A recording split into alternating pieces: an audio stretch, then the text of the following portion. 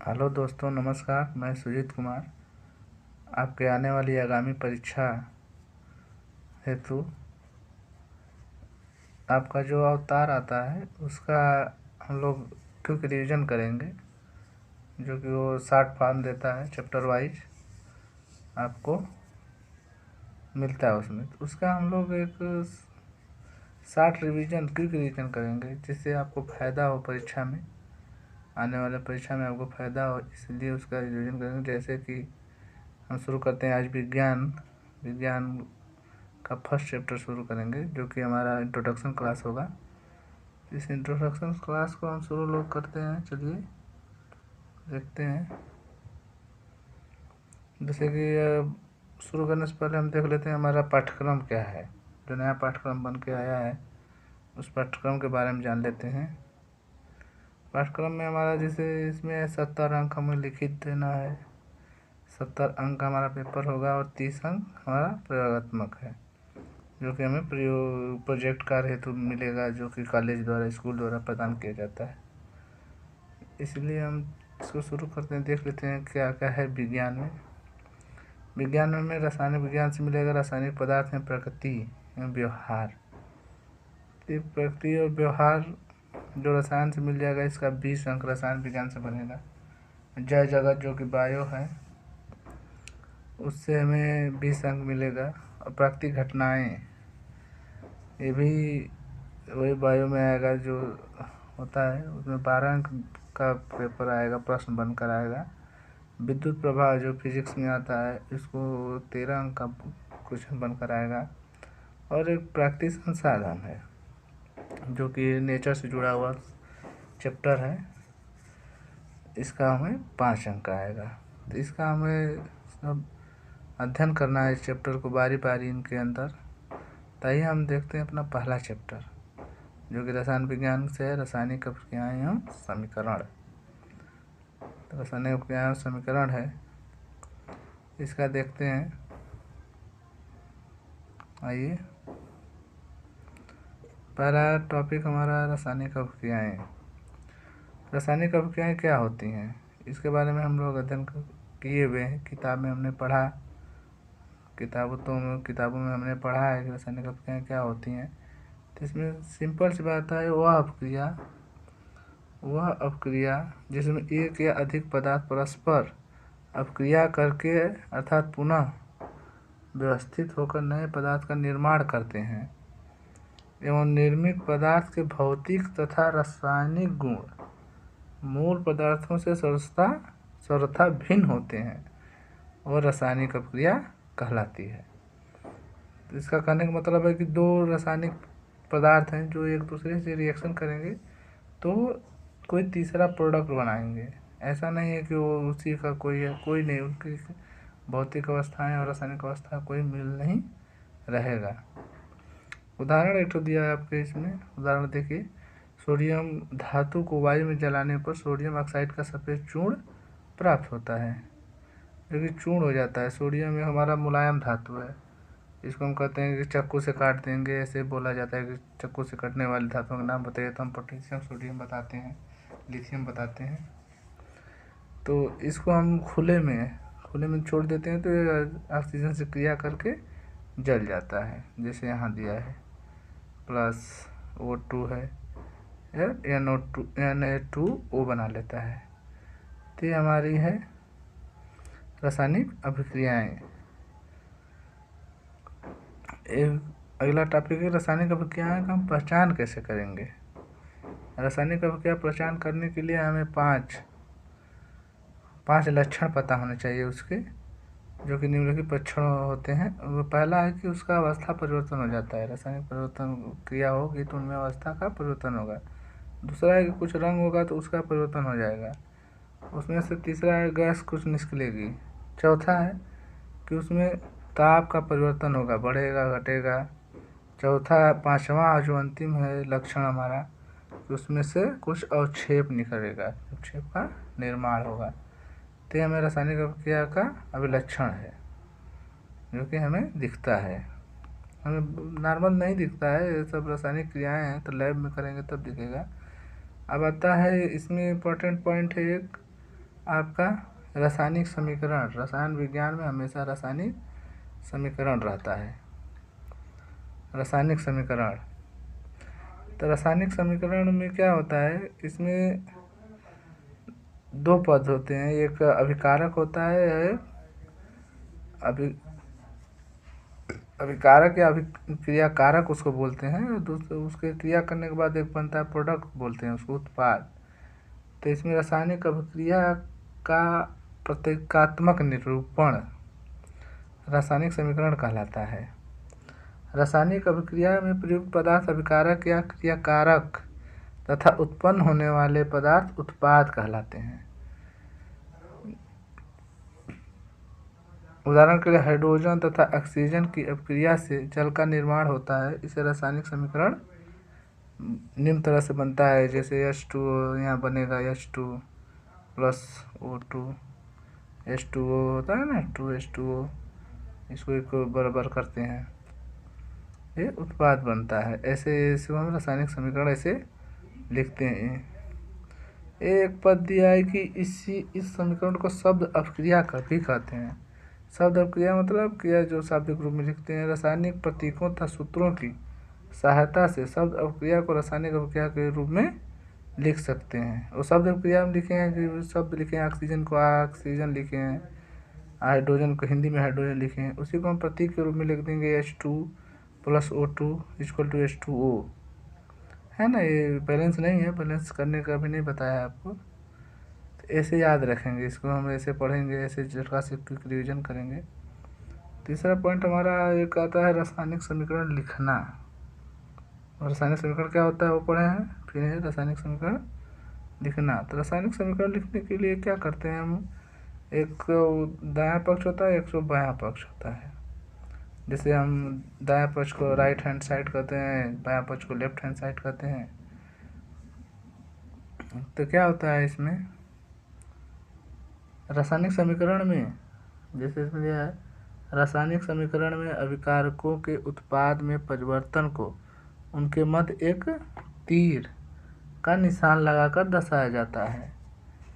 अभिकारकों के बीच योग चिन्ह का प्रयोग करते हैं, उनके बाईं ओर लिख लिया जाता है, बाईं ओर मतलब लेफ्ट साइड। इसी प्रकार उत्पादों के बीच भी योग चिन्ह लगाकर उन्हें दाईं ओर लिख लेते हैं, मतलब राइट साइड। तीर का सिरा उत्पाद की ओर होता है। रिएक्शन के बाद हमें क्या मिल रहा है, बीच में जो तीर लगी होती है उसको इक्वल टू पढ़ते हैं, उसके बाद क्या मिला, उसको उत्पाद की तरफ तीर का निशान रहता है। यह अपक्रिया होने की दिशा को दर्शाता है।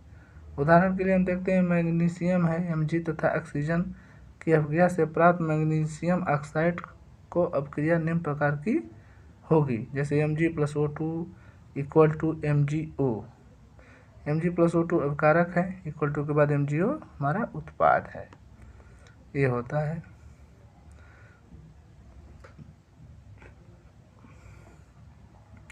उपरोक्त अपक्रिया में समीकरण के दोनों ओर मैग्नीशियम में ऑक्सीजन के परमाणुओं की संख्या समान नहीं है, इसे क्या कहते हैं, असंतुलित समीकरण।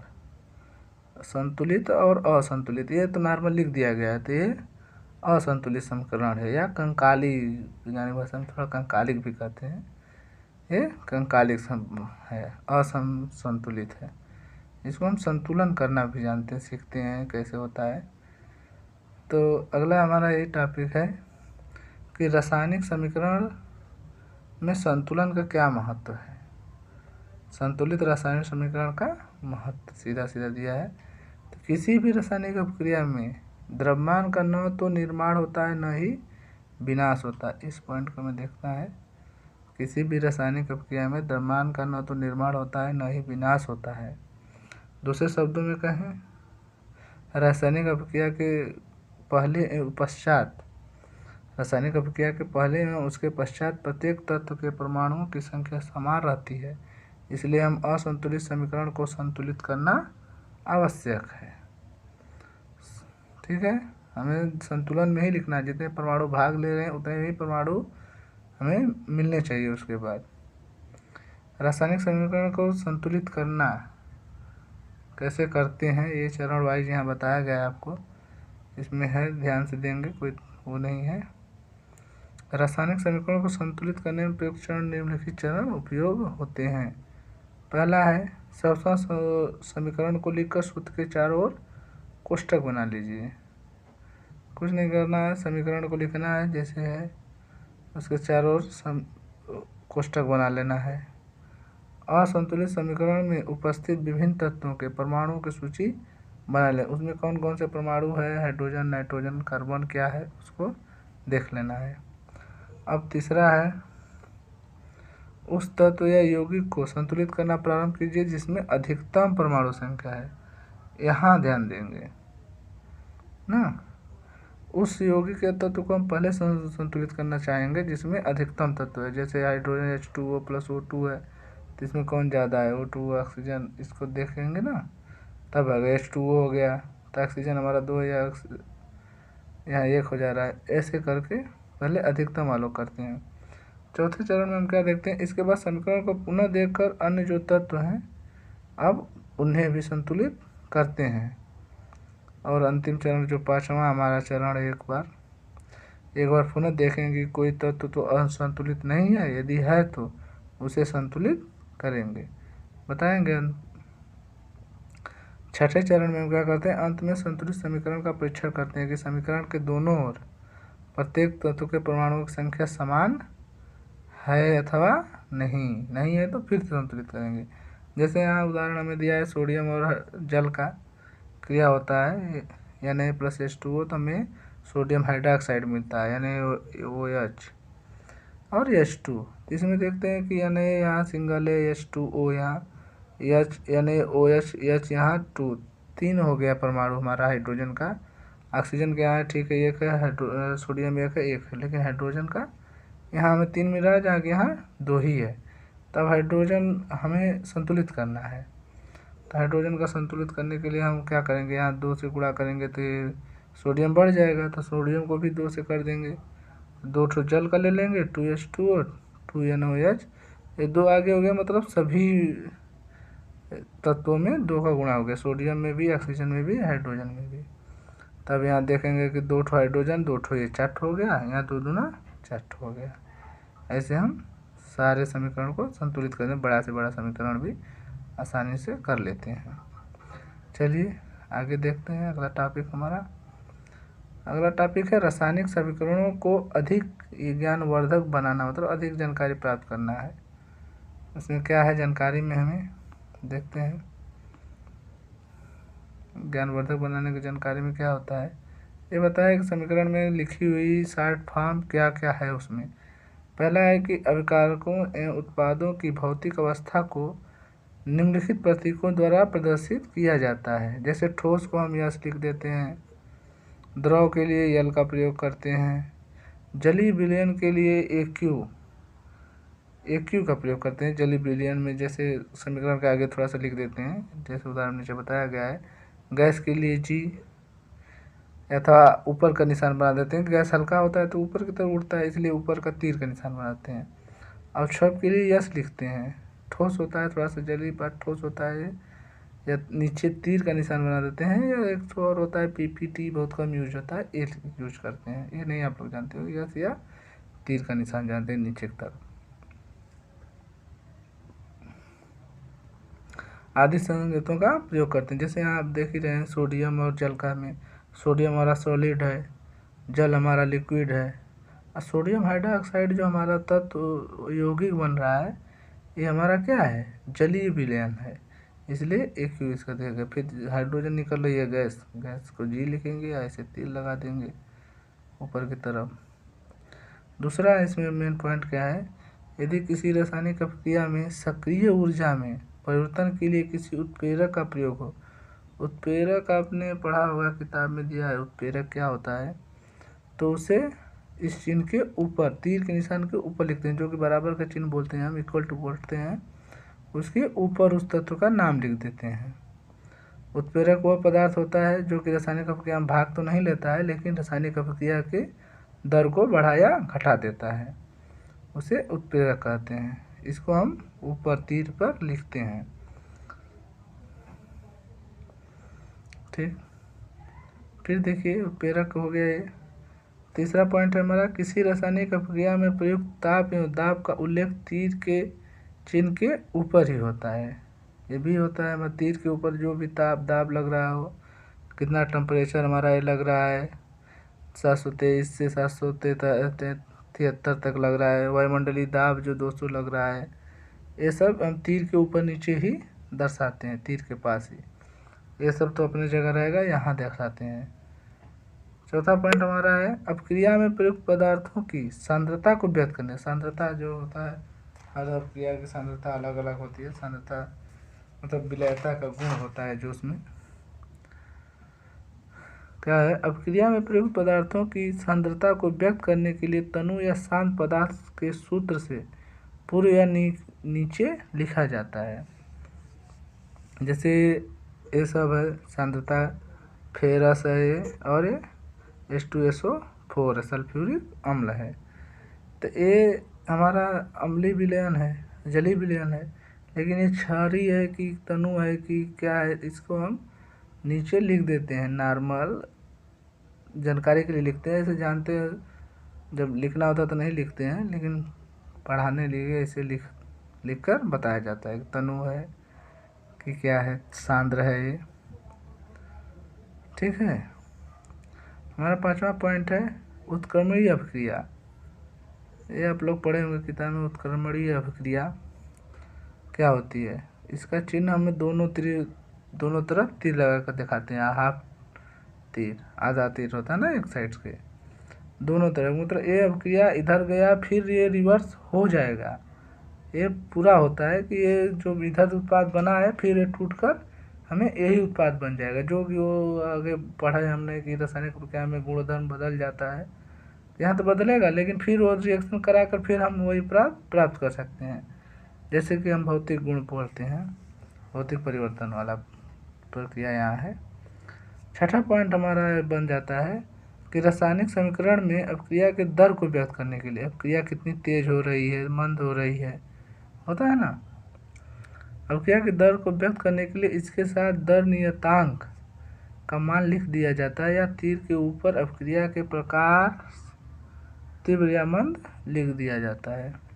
तीर पर हम लिख देंगे कि तेज अपक्रिया है या स्लो अपक्रिया है, मंद है, वो हम लिख कर दर्शाते हैं। ये मेन पॉइंट है जो कि हमें परीक्षाओं में याद रखना होता है, पूछता है। जैसे पूछेगा सीधा ही आपको क्वेश्चन बनेगा कि रासायनिक अपक्रिया के उसमें क्या क्या होता है, क्या रासायनिक अपक्रिया के पद बताइए। तो ये हमें पद इसमें से लिखना होगा कि रासायनिक अपक्रिया में ये पॉइंट हमें होना चाहिए। अब ये सब होने के बाद एक आता है टॉपिक आपका है कि रासायनिक अपक्रिया के प्रकार। रासायनिक अपक्रिया कितने प्रकार की हो सकती है, तो ये भी है, इसमें हम पढ़ लेंगे। रासायनिक अपक्रिया में अपक्रिया के कारण होने वाले रासायनिक परिवर्तन के आधार पर रासायनिक अपक्रियाओं को कई वर्गों में बांटा गया है, उसमें देख लेंगे कई वर्ग। पहला जैसे है, पहला हमारा पॉइंट है संयोजन या संकलन। संयोजन माना इकट्ठा करना, संयोजन करना, संकलन करना। संकलन अपक्रिया में क्या होता है, दो पदार्थ मिलकर एक प्रोडक्ट बनाते हैं। संयोजन अपक्रिया में एक से अधिक अपकर्मक परस्पर संयुक्त होकर एक उत्पाद का निर्माण करते हैं। उदाहरण के लिए देखिए, वहाँ उदाहरण दिया है, कैल्शियम हाइड्रोक्साइड जल के साथ तीव्रता से, देखिए यहाँ तीव्र मंद हो गया ना, तीव्रता से अपक्रिया करके बुझे हुए चूने कैल्शियम हाइड्रोक्साइड जो कि CaO का निर्माण, CaOH का ट्वाइस होता है, का निर्माण करके अधिक मात्रा में ऊष्मा उत्पन्न करता है। CaO जो कि सॉलिड H2S से क्रिया करता है, तो तीव्र गति से क्रिया करता है। जैसे हम देखते हैं चूना अपने यहाँ आता है दीवार वाल पर रखने के लिए, तो उसको हम पानी में डालते हैं तो धुआं टाइप का तुरंत उसमें आग निकलता है, तो वही ऊष्मा निकलता है उसमें से। जो उसमें से हमें लगता है कि आग निकल रहा है, ताप निकल रहा है, वही ऊष्मा निकलता है। क्रिया करके तो CaOH ट्वाइस बना लेता है, लेकिन वो ऊष्मा उसमें से निकलता है। जो हम नॉर्मल देखते हैं, लेकिन वो पढ़े नहीं होते हैं तो क्या जानते हैं, ये होता है कि आग है इसमें। ठीक। दूसरी क्रिया क्या है कि वियोजन या अपघटन की क्रिया होती है रासायनिक। जो पदार्थ टूटता है, वियोजित होकर दूसरा तीसरा पदार्थ बनाता है, जैसे एक पदार्थ टूटकर दो पदार्थों में हो जाता है। जैसे वियोजन अपक्रिया वह है जिसमें एकल अभिकारक एक पदार्थ टूटकर एक से अधिक उत्पाद उत्पन्न करता है। अभिकारकों को तोड़ने के लिए ऊष्मा, प्रकाश या विद्युत ऊर्जा की आवश्यकता होती है। ये अभिक्रियाएं अनुत्क्रमणीय होती हैं, सीधी होती हैं। अतः ये क्रिया निम्न प्रकार की होती हैं। ऊष्मीय अपघटन, पहला है इसमें ऊष्मीय अपघटन, वह रासायनिक अभिक्रिया जिसमें यौगिक ऊष्मा के द्वारा दो या अधिक से सरल पदार्थों में टूट जाता है। अब यौगिक ऊष्मा मतलब ताप के द्वारा दो या अधिक पदार्थों में सरल पदार्थों में विघटित हो जाता है, ऊष्मीय अपघटन अपक्रिया कहलाती है। उदाहरण के लिए कैल्शियम कार्बोनेट को गर्म करने पर यह कैल्शियम ऑक्साइड तथा कार्बन डाइऑक्साइड में अपघटित हो जाता है। जैसे CO3 को हम गर्म करेंगे तो वो अपघटित होकर CO plus CO2 carbon dioxide चला जाएगा, ये हमारा मिल जाएगा। इसको हमें प्राप्त करना होता है तो ऐसे करते हैं। देखिए यहाँ बताया, इस प्रक्रिया का उपयोग सीमेंट उद्योग में किया जाता है। हमें कैल्शियम ऑक्साइड कच्चे माल के रूप में मिलता है, उसको हम गर्म करके कैल्शियम ऑक्साइड में निकाल लेते हैं। इसमें तीसरा पॉइंट है प्रकाश अपघटन। प्रकाश के द्वारा हम अपघटन करा लेते हैं। जैसे कि जब वियोजन अभिक्रिया सूर्य के प्रकाश द्वारा होती है तो यह प्रकाश अपघटनीय कहलाती है। जैसे हमारा AgCl है, AgCl जो सिल्वर क्लोराइड होता है, उसमें हम सूर्य के प्रकाश में छोड़ देंगे तो हमारा वो जो क्लोरीन है वो टूटकर अलग हो जाता है, गैस के रूप में निकल जाता है और हमारा चांदी जो सिल्वर है वो चिकना दिखने लगता है। ये अगली रासायनिक प्रक्रिया है विस्थापन प्रक्रिया। जो अगली हमारी रासायनिक प्रक्रिया है ये है विस्थापन। तो एक दूसरे को विस्थापित करता है, इसे क्रियाशीलता श्रेणी बोलते हैं।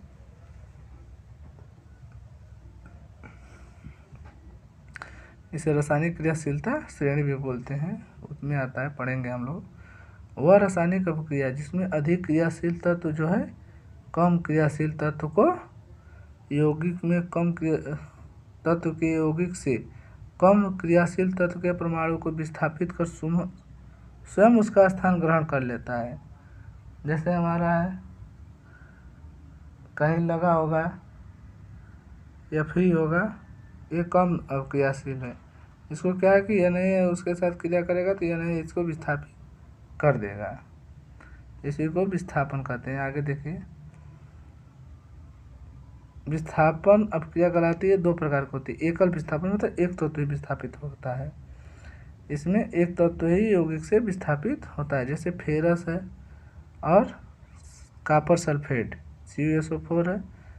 फेरस और कॉपर सल्फेट में से क्या होगा कि हमारा फेरस जो है कॉपर से अधिक क्रियाशील है। फेरस जो है हमारा कॉपर से अधिक क्रियाशील है तो क्या करेगा कि ये इसको विस्थापित कर देगा। SO4 से जो है Fe जुड़ जाता है, कॉपर को बाहर निकाल देता है। ये क्रियाशीलता का नियम है जो कि रासायनिक विद्युत सक्रियता श्रेणी से आता है। विद्युत सक्रियता श्रेणी में हमको याद रखना पड़ता है कौन तत्व ऊपर है।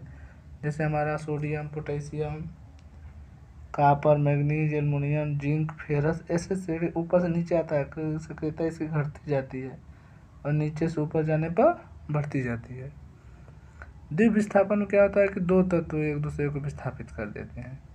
जैसे यहाँ सोडियम सल्फेट है, हमें सोडियम सल्फेट और बेरियम क्लोराइड को क्रिया कराएंगे तो बेरियम सल्फेट बनेगा और सोडियम क्लोराइड बन जाएगा।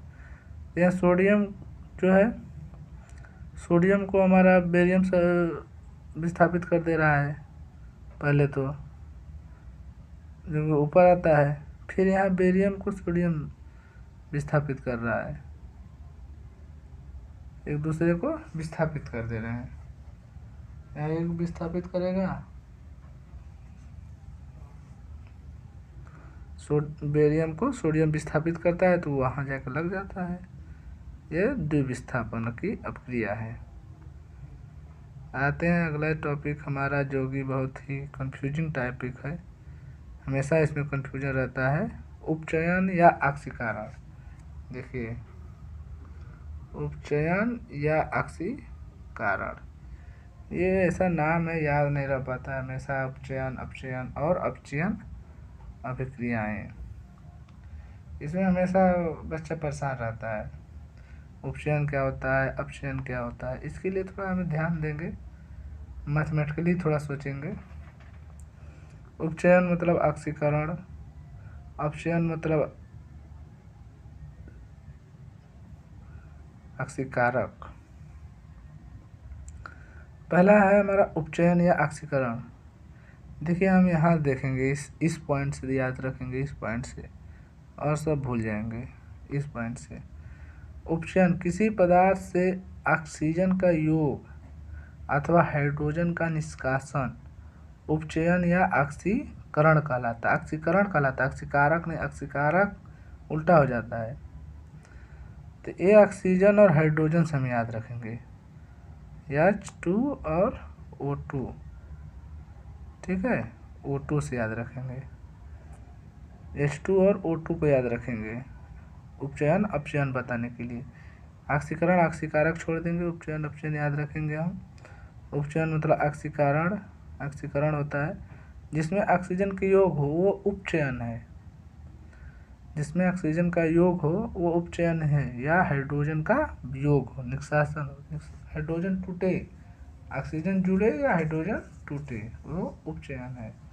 जैसे सोडियम और ऑक्सीजन मिलकर सोडियम ऑक्साइड बनाते हैं, तो यहाँ ऑक्सीजन जुड़ रहा है सोडियम से, तो ये कौन सी अपक्रिया हुई, उपचयन अपक्रिया हुई।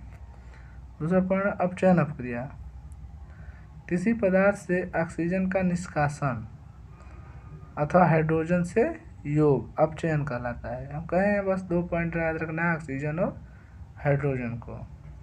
अपचयन, अपचयन मतलब ऑक्सीजन का निष्कासन और हाइड्रोजन का योग, कोई एक होगा, हो सकता है कि दोनों हो, कोई एक होगा, या तो ऑक्सीजन निकलेगा या हाइड्रोजन जुड़ेगा। देखिए यहाँ ऑक्सीजन कैसे टूटकर अलग हो रहा है। पोटेशियम क्लोरेट है KClO3, पोटेशियम क्लोराइड को हम जब गर्म करते हैं, ऐसे छोड़ते हैं, तो पोटेशियम क्लोराइड और ऑक्सीजन में टूट जाता है। ऑक्सीजन टूटने मतलब ऑक्सीजन अलग हो रहा है, हमें बस ये देखना है, ऑक्सीजन अलग हो रहा है, ऑक्सीजन अलग हो रहा है, तो इसका मतलब है ये अपचयन, अपचयन की अपक्रिया है। कोई पदार्थ यहाँ से अलग होकर वहाँ जाके जुड़े तब भी वो अपचयन की अपक्रिया है, ठीक है। तो उपचयन और अपचयन को ऐसे हम याद रखेंगे, ये मेन पॉइंट है, इसको बार बार दोहराएंगे, बार बार वीडियो पे देखेंगे तो हमें याद आ जाएगा। फिर से हम कोशिश करेंगे बताने के लिए आपको, ये तो अभी इंट्रोडक्शन क्लास है। चलिए अगला टॉपिक क्या देखते हैं। एक आता है अब उपचयन अपचयन को रेडॉक्स अपक्रिया। रेडॉक्स अपक्रिया में क्या होता है, ये रेडॉक्स अपक्रिया में क्या होता है, किसी अपक्रिया में यदि एक अभिकारक उपचयित तथा दूसरा अभिकारक अपचयित होता है तो इन अपक्रियाओं को उपचयन, अपचयन अथवा रेडॉक्स अपक्रिया कहते हैं। रेडॉक्स, रेडॉक्स मतलब एक पदार्थ अपचयित हो, दूसरा पदार्थ उपचयित हो, मतलब ऑक्सीकरण और ऑक्सीकरण और डिडक्शन का बोलते हैं उसको, दोनों साथ हों तो हमें उसे रेडॉक्स कहते हैं ना, दो क्रिया होती हैं। जैसे यहाँ ZnO और C एक दूसरे से क्रिया करते हैं तो Z अलग होकर CO बनाता है, ऑक्सीजन टूटकर। ऑक्सीजन यहाँ टूट रहा है तो क्या हो रहा है, अपचयन हो रहा है, क्योंकि टूट रहा अलग हो रहा है। यहाँ ऑक्सीजन जुड़ रहा है तो यहाँ क्या हो रहा है, उपचयन हो रहा है, दोनों क्रिया साथ हो गई, इसी को हम रेडॉक्स कहते हैं। यहाँ ध्यान देना है कौन टूट रहा है कौन जुड़ रहा है। यहाँ से टूटा है तो अपचयन है, यहाँ ये जुड़ा है CO में, यहाँ नहीं देखना, यहाँ जुड़ा है तो ये अपचयन हो गया ऑक्सीजन से, बस हाइड्रोजन का उल्टा होता है। अतः यहाँ हो गया ना कि जहाँ हाइड्रोजन अपचयित होकर जेठयन में तथा कार्बन उपचयित होकर CO में बदल जाता है। पांचवा हमारा है उष्मा जो हीट है, उष्मा क्षेपी तथा उष्मा शोषी अभिक्रियाएं। उष्मा क्षेपी मतलब उष्मा छोड़ रहा है, उष्मा शोषी मतलब उष्मा को ग्रहण कर रहा है, उष्मा कर सकता है उसको है। सामान्यतः रासायनिक अभिक्रियाएं उष्मा परिवर्तन के साथ संपन्न होती हैं, ये तो हमने पढ़ा है। तो उष्मा क्षेपी वही बताया हमने, जिनमें उष्मा निर्मुक्त होती है, निकलती है। दैनिक जीवन में उपचयन ऑक्सीकरण अभिक्रियाओं का प्रभाव। ऑक्सीकरण से हमें क्या प्रभावित होना पड़ता है, ये थोड़ा सा बताया है हमें, टॉपिक के लिखने का आएगा। दैनिक जीवन में ऑक्सीकरण के अभिक्रियाओं का प्रभाव क्या होता है, हमें क्या नुकसान फायदे होते हैं। पहला तो हमें नुकसान ये होता है कि उससे संक्षारण होता है, क्रिया ऑक्सीजन टूटता है तो हमें क्या होता है, वो अभिक्रिया जिसमें धातु वायु की ऑक्सीजन नमी या अन्य रसायनों से धीमी अभिक्रिया द्वारा धीरे धीरे नष्ट होती जाती है, संक्षारण कहलाती है। उदाहरण के लिए लोहे पर जंग लगना, चांदी के आभूषणों का काली परत का जम जाना आदि। यह कार, लोहे, रेल, जहाज आदि की बाहरी संरचनाओं ढांचों को संक्षारित कर देते हैं। कहाँ भी तुमको खरोंच लगेगा वहाँ पर संक्षारण होने लगेगा, जिसे हम मूर्छा लगना बोलते हैं सामान्य भाषा में। विशेष रूप से लोहे की बनी सामग्री के ढांचे में ज़्यादातर जल्दी से लगता है। तो ये हमारा उपचयन या ऑक्सीकरण का नुकसान है। दूसरा एक है विकृत गंधिता। विकृत गंधिता नया मतलब शब्द लगता है, तो इसमें नया शब्द को कुछ नहीं है। जैसे हम देखें अपने जीवन में कि तेल में जैसे पानी उनी चल जाता है, उसमें अलग सी गमक आती है, कड़वा तेल में देखे होंगे आप। तो यहाँ दिया है तेल व वसा युक्त खाद्य पदार्थों को अधिक लंबे समय तक रखने के लिए उनके स्वाद और गंध का बदल जाना विकृति गंधता कहलाती है। यदि पके हुए खाद्य पदार्थों को, इसका उपाय क्या है, उससे कैसे बचेंगे हम, ये तो बता दिया कि समस्या होती है ऐसे रखने पर। यदि पके हुए पदार्थ को कम ताप पर रखा जाए, उनमें प्रति ऑक्सीकारक हो गया ना, प्रति ऑक्सीकारक जैसे हमारा है ब्यूटाइलीकृत हाइड्रॉक्सिनिसाल और ब्यूटाइलीकृत हाइड्रॉक्सीटाइलून मिलाया जाए या नाइट्रोजन जिससे कम सक्रिय गैस साथ पैक की जाए तो विकृति गंधिता को रोका या कम किया जा सकता है। तो ये हमारा टॉपिक वाइज चैप्टर था, यहाँ शुरू होता है। अब यहाँ कल से हम शुरू करेंगे ऑब्जेक्टिव क्वेश्चन, और जो क्वेश्चन इस टॉपिक बनते हैं उसको हम पढ़ेंगे। तो आज के लिए यहीं रहते हैं, धन्यवाद आप लोगों का।